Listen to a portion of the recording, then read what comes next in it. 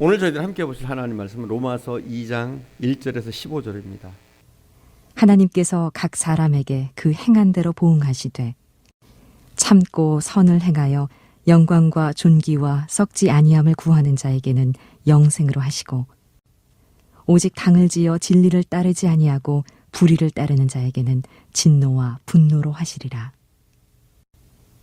악을 행하는 각 사람의 영에는 환난과 곤고가 있으리니 먼저는 유대인에게요 그리고 헬라인에게며 선을 행하는 각 사람에게는 영광과 존귀와 평강이 있으니 먼저는 유대인에게요 그리고 헬라인에게라.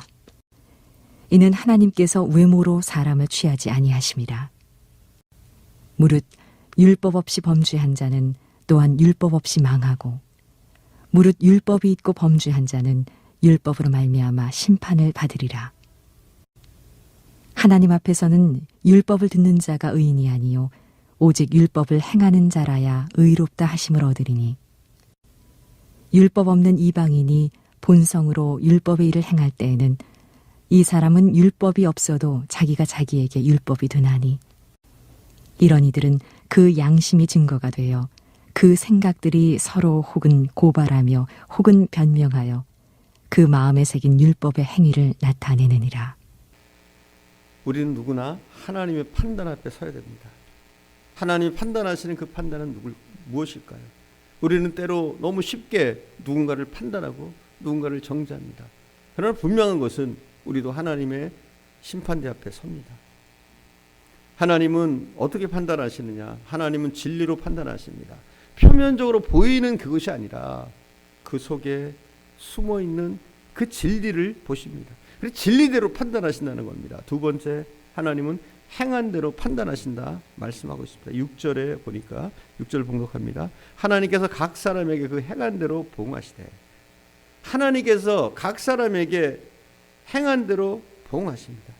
여기 행한 대로라는 그 단어를 여러분 줄을 좀 그어 보시기 바랍니다. 심판자이신 하나님이 저와 여러분을 판단하실 때 그 행한 대로 판단하실 것입니다. 그거에 지극히 당연한 상식이죠. 행하지 않은 것을 어떻게 판단하겠습니까? 여기서 문제는 어디에 있습니까? 유대인들은 다른 것을 몰라도 그들의 행함에 굉장한 자부심을 가지고 있던 사람입니다. 나는 잘 행하고 있다 생각하고 있던 사람입니다. 우리의 행함은 상당히 의롭다. 이런 특별한 자부심에 도취되어 있던 사람들이 그 당시에 유대인이었습니다. 나는 잘하고 있다. 나는 행함에 부족함이 없다 생각하고 있던 사람들이었습니다. 그들이 자신들의 행함에 자부심을 가지고 있었던 원인이 어디에 있었습니까? 그것은 두 가지 원인 때문에 그렇습니다. 그들은 그들의 행함에 있어서 표준이 되는 하나님의 거룩한 말씀인 율법을 가지고 있었고, 그리고 그들은 그 율법을 날마다 들을 수 있는 분위기 속에서 살고 있었습니다. 이것이 그들로 하여금 그들의 행함에 굉장한 자부심을 갖게 만들었습니다. 그러나 사랑하는 여러분, 내가 율법을 가지고 있다는 사실과 그 율법을 따라 살고 있다는 얘기는 다른 차원의 이야기입니다. 내가 날마다 율법을 들으며 살고 있다. 그것과 내가 율법을 행하고 살고 있다. 이 얘기는 완전히 다른 얘기란 말입니다. 우리는 종종 내가 하나님의 말씀을 날마다 듣고 또 그 말씀대로 그렇게 듣다 보면 내가 살고 있는 것처럼 자신을 잘못 알고 착각하고 있는 경우가 있을 수 있는 겁니다. 사랑하는 여러분, 이 유대인들의 착각이 바로 오늘날 이 시대를 살고 있는 크리스찬들의 착각일 수도 있다는 사실에 여러분의 눈을 열어보십시오. 12절 말씀을 통해서 우리는 바울이 이 말씀을 던지고 있는 그 이유를 이해할 수가 있습니다. 12절입니다. 무릇 율법 없이 범죄한 자는 또한 율법 없이 망하고 무릇 율법이 있고 범죄한 자는 율법으로 말미암아 심판을 받으리라. 바울이 왜 이 말씀을 하고 있을까요? 그들은 그들에게 율법이 있었습니다. 하나님의 율법을 모세를 통해서 전달받았습니다. 또 그 율법을 자랑하고 있었습니다.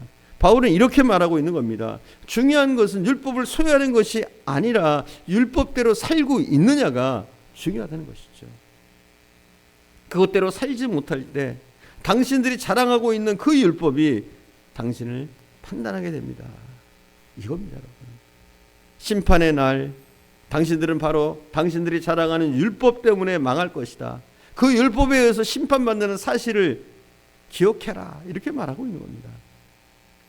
그렇다면 율법이 없는 이방인들은 어떻게 심판을 받을까요? 우리가 지난 시간에도 봤어요. 그들도 율법 없는 상태 속에서 심판을 받습니다. 여기서 율법은 문자적인 율법은 아닐지 모릅니다. 그러나 하나님께서는 이방인들에게도 그들의 양심에 쓰여진 율법을 주셨습니다. 이것이 14절 15절의 말씀입니다. 율법 없는 이방인이 본성으로 율법의 일을 행할 때에는 이 사람은 율법이 없이도 자기가 자기에게 율법이 되나니 이런 이들은 그 양심의 증거가 되어 그 생각에 서로 혹은 고발하며 혹은 변명하여 그 마음에 새긴 율법의 행위를 나타내느니라. 자, 율법은 결국 두 가지로 나눌 수 있습니다. 하라와 하지 말라는 두 가지입니다. 양심도 비슷한 기능을 나타내고 있습니다. 그렇죠? 하라 하지 말라. 이 양심도 이 두 가지 기능을 합니다. 무엇이 잘못된 것은 하지 말라고 하죠. 좋은 것은 하라고 합니다. 그래서 이것도 쓰여지지 않는, 이 양심이 쓰여지지 않는 불문의 율법이라고 말할 수가 있습니다. 이방인들의 경우 그들은 이 양심의 법에 의해서 심판을 받을 것입니다. 율법을 소유하고 있다는 것이 중요한 것이 아니라 소유하고 있는 그 율법대로 살고 있느냐가 중요한 겁니다.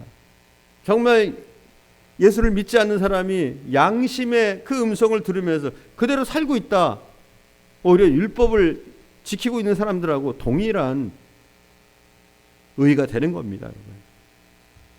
그런데 우리가 어때요? 양심대로 삽니까? 그렇지 않으니까 문제가 되는 거예요. 우리가 율법이 있습니다. 율법대로 삽니까? 그게 안 되니까 문제가 되는 거죠. 유대인들에게는 율법이 주어졌다는 거룩한 특권이 있었습니다. 이것은 마치 오늘날 살고 있는 이 시대의 그리스도인들이 성경을 가지고 있다는 사실만큼이나 큰 특권입니다. 여러분, 공산권이 열리기 시작할 때 그 공산권을 다녀온 사람들이 제일 감격하는 얘기가 무엇이냐면 성경 하나만 그들에게 던졌을 뿐인데 그들이 얼마나 기뻐하는지, 이 성경 하나 때문에 얼마나 복음이 급속도로 전해지는지 그들은 그 신기한 광경들을 목도했다는 거예요. 제가 어렸을 때만 해도 성경이 그렇게 아주 흔하지는 않았어요. 근데 지금은 어때요? 홍수 속에 살고 있습니다. 예전에는 성경이 단 하나였어요. 시꺼먼 표지에 빨간 물을 이렇게 들여놨죠. 그런 성경이 거의 대부분이었어요. 별로 흔하지 않았어요. 근데 요즘은 어떻습니까? 별의별 성경이 다 있잖아요. 스타디 바이블, 아가페, 엠마우 성경, 오픈 성경, 큰 글 성경, 작은 글 성경, 별의별 성경이 다 생겼습니다. 어린이 성경도 있죠. 우리에게 이 성경이 주어졌다는 것은 대단한 특권입니다. 그러나 우리 집에 성경이 많다는 이유로 내가 성경대로 살고 믿음으로 살고 있다는 그런 착각을 할 수 있습니까? 우리는 좋은 설교를 즐기고 있습니다. 얼마나 많은 설교들이 방송을 통해서, 스마트폰을 통해서 전해집니까? 우리가 그 수준 높은 말씀을 듣는다, 그걸로 우리의 신앙이 좋다 착각할 수 있습니다. 내가 큰 교회, 유명한 교회를 다닌다, 이것으로 내가 대단한 교인이 된 것처럼, 신실한 교인이 된 것처럼 착각할 수 있습니다. 그 당시 율법을 가졌던 유대인들의 착각도 이것과 비슷합니다. 율법이 있는 것으로 행하지도 않으면서 거룩한 척, 온전한 척, 거짓된 모습을 보였다는 것이죠. 13절에 보면 이런 말씀이 있습니다. 제가 봉독합니다. 하나님 앞에서는 율법을 듣는 자가 의인이 아니요 오직 율법을 행하는 자라 의롭다 하심을 얻으리니. 여러분, 우리가 율법을 들을 수 있는 분위기 속에 살다 보니까 자기의 삶이 그렇다고 착각하는 겁니다. 내가 율법을 가지고 있다, 내가 율법대로 살고 있다 착각하는 거예요. 그러나 들음과 동시에 요구되는 것이 무엇이냐? 그 책임을 요구하고 있는 거예요. 율법을 들은 자는 율법대로 행할 책임이 있는 겁니다. 여러분 어떻습니까? 좋은 말씀들을, 주옥 같은 말씀들을 우리가 듣지만 그 들은 말씀대로 응답하고 계십니까? 내가 들은 이 말씀 앞에서 내 삶과 내 전 인격이 응답하고 있습니까? 이 말씀에 상응하는, 부응하는 삶의 변화가 일어나고 있습니까? 이 율법을 따라, 하나님의 말씀을 따라 내 삶이 정말 하나님이 기뻐하시는 그런 사람으로 빚어져 가고 있습니까?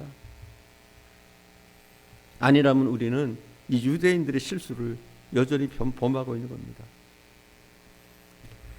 주님께서 우리를 판단하실 때 우리가 성경책을 얼마나 많이 가지고 있느냐, 우리가 설교를 얼마나 많이 들었느냐, 심지어 우리가 성경을 얼마나 많이 읽었었느냐, 이게 중요한 게 아닙니다. 한평생 내가 설교를 얼마나 많이 들었고 내가 성경을 몇 독을 했는데 이게 아니에요. 정말 중요한 것은 무엇이냐? 말씀 앞에 서는 겁니다. 내가 들었던 그 말씀, 알고 있는 그 말씀 앞에 어떻게 서느냐, 내가 그 말씀을 우리의 삶에서 얼마나 적용했느냐, 이것이 중요하다는 거죠.